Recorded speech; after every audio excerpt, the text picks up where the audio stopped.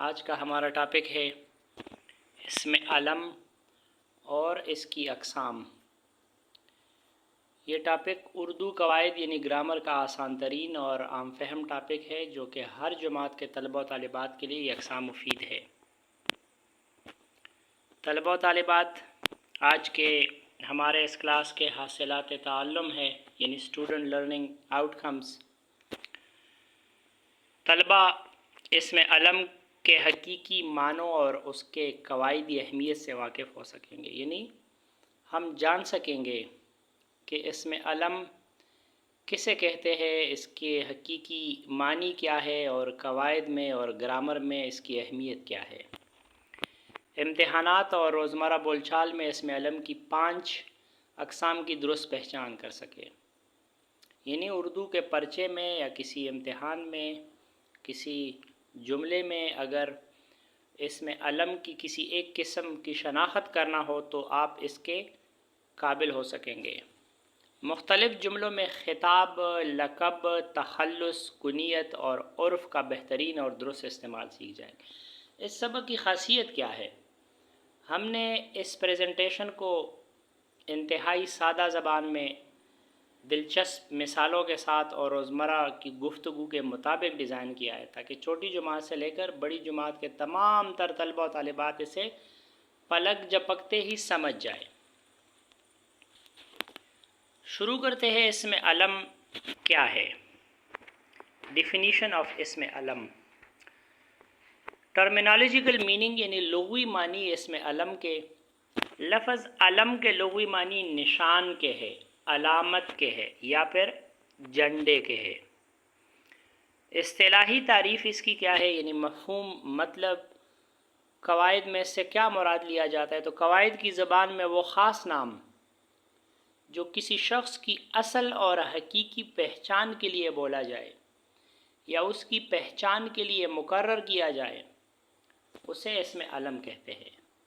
مثلا قائد اعظم، علامہ اقبال، مٹو، ابن خطاب، یہ سب ایسے نام ہیں جو کسی مخصوص شخصیت کی خاص پہچان ظاہر کرتے ہیں۔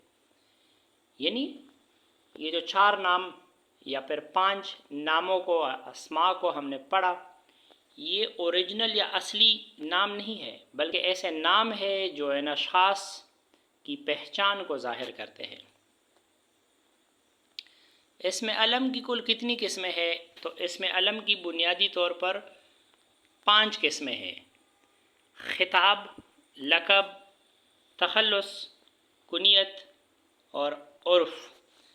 خطاب یعنی سرکاری یا قومی اعزاز والا نام، یعنی ایسا نام جو سرکار یا حکومت یا ریاست کی طرف سے بطور اعزاز مل جائے کسی شخص کو، اسے خطاب کہتے ہیں۔ لقب کسی خوبی کی وجہ سے یا کسی صفت کی وجہ سے، لقب یعنی خوبی یا صفت کی وجہ سے، اچھائی کی وجہ سے، مدح کی وجہ سے مشہور ہونے والا نام۔ تخلص شعر و شاعری میں استعمال ہونے والا شاعر کا مختصر نام، پوئٹک نیم آف اے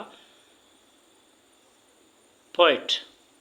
کنیت وہ نام جو رشتے سے یا تعلق سے مشہور ہو، رشتے سے یا تعلق والا نام۔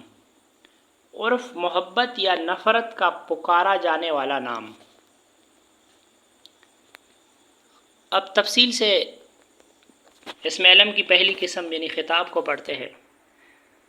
تعریف کو دیکھیے۔ خطاب وہ اعزازی نام جو حکومت، ریاست یا کسی قوم کی طرف سے کسی شخص کو اس کی شاندار علمی، ادبی یا پھر قومی خدمات کے اعتراف میں دیا جائے۔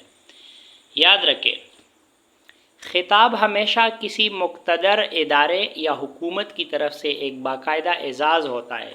مثلا شمس العلماء، نشان حیدر، سر، یہ تینوں نام مخصوص اشخاص کے لیے استعمال ہوتے ہیں اور ان تینوں اشخاص کو یہ نام یا تو کسی حکومت یا تو کسی ریاست یا تو کسی ادارے کی طرف سے ان کے شاندار علمی، ادبی یا پھر قومی خدمات کے اعتراف میں دیا گیا۔ اسم علم کی دوسری قسم ہے لقب۔ تعریف کو دیکھتے ہیں۔ لقب وہ خاص نام ہے جو کسی شخص کی نمایاں صفت، اچھے وصف، اچھے اخلاق، اچھی خوبیوں یا پھر خاص خوبیوں کی وجہ سے عوام میں مشہور ہو جائے اور لوگ اسے اسی نام سے پکارنے لگے۔ مثلا شیر خدا یعنی حضرت علی رضی اللہ تعالیٰ عنہ کے بارے، خلیل اللہ یعنی اللہ کا دوست، حضرت ابراہیم علیہ السلام کا لقب، ذبیح اللہ حضرت اسماعیل علیہ السلام کا لقب۔ طلبہ و طالبات یاد رکھیں، خطاب حکومت دیتی ہے جبکہ لقب عوام میں خوبی کی وجہ سے خود بخود مشہور ہوتا ہے۔ خطاب کے لیے کسی ریاست کا، حکومت کا یا کسی مقتدر ادارے کا ہونا ضروری ہے، جبکہ لقب کے لیے کسی ریاست یا کسی حکومت یا کسی مقتدر ادارے کا ہونا ضروری نہیں، بس یہ کسی خوبی کی وجہ سے خود بخود عوام میں مشہور ہو جاتا ہے۔ ایسے نام کو لقب کہا جاتا ہے۔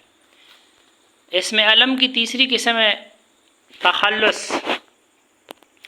تخلص یعنی شاعر کا شاعرانہ نام، پوئٹک نیم، جو وہ غزل یا پھر نظم کے آخری بند یا پھر آخری شعر جسے مقطع کہا جاتا ہے میں استعمال کرتا ہے۔ تعریف وہ مختصر ادبی نام یا شاعرانہ نام جو شعراء اپنے اصل نام کی جگہ اپنے اشعار کے آخری شعر یعنی مقطع میں استعمال کرتے ہیں، جیسے کہ مرزا اسد اللہ خان اردو کے مشہور شاعر کا تخلص غالب تھا، ڈاکٹر محمد اقبال کا تخلص اقبال تھا، اخلاق محمد خان کا تخلص شہریار تھا، اس طرح پھر میر تقی میر کا تخلص میر تھا، احمد فراز کا تخلص فراز تھا، ناصر کاظمی کا تخلص ناصر تھا، تو اور اس طرح سے بہت سے شعراء نے شعر و شاعری میں یا پھر غزل کے آخری شعر میں جو شاعرانہ یا جو ادبی نام استعمال کیا اسے تخلص کہا جاتا ہے۔ چوتھی قسم کنیت۔ تعریف کو دیکھتے ہیں۔ کنیت وہ نام جو اصل نام کے بجائے ماں، باپ، بیٹے، بیٹی یا کسی اور خاندانی تعلق اور رشتے کی بنیاد پر پکارا جائے یا رکھا جائے۔ مثلا ابن مریم یعنی مریم کا بیٹا، ابن مریم ہوا کرے کوئی، میرے دکھ کی دوا کرے کوئی۔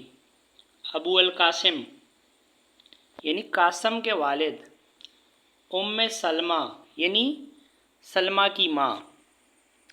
یاد رکھیں عربی گرامر اور تہذیب میں کنیت کا استعمال بہت عام اور معزز سمجھا جاتا ہے۔ اس میں عام طور پر ابو، ابن یا ام جیسے الفاظ آتے ہیں۔ اسم علم کی آخری اور پانچویں قسم عرف۔ عرف وہ نام جو اصل نام کی جگہ حد سے زیادہ لاڈ پیار، محبت یا پھر کسی نقص، نفرت اور حقارت کی وجہ سے معاشرے اور گھر والوں میں مشہور ہو جائے، جیسے کہ مٹو، پپو، گڈو، چھوٹو، شیدا، مانو، شیرو، وکی، شکی وغیرہ۔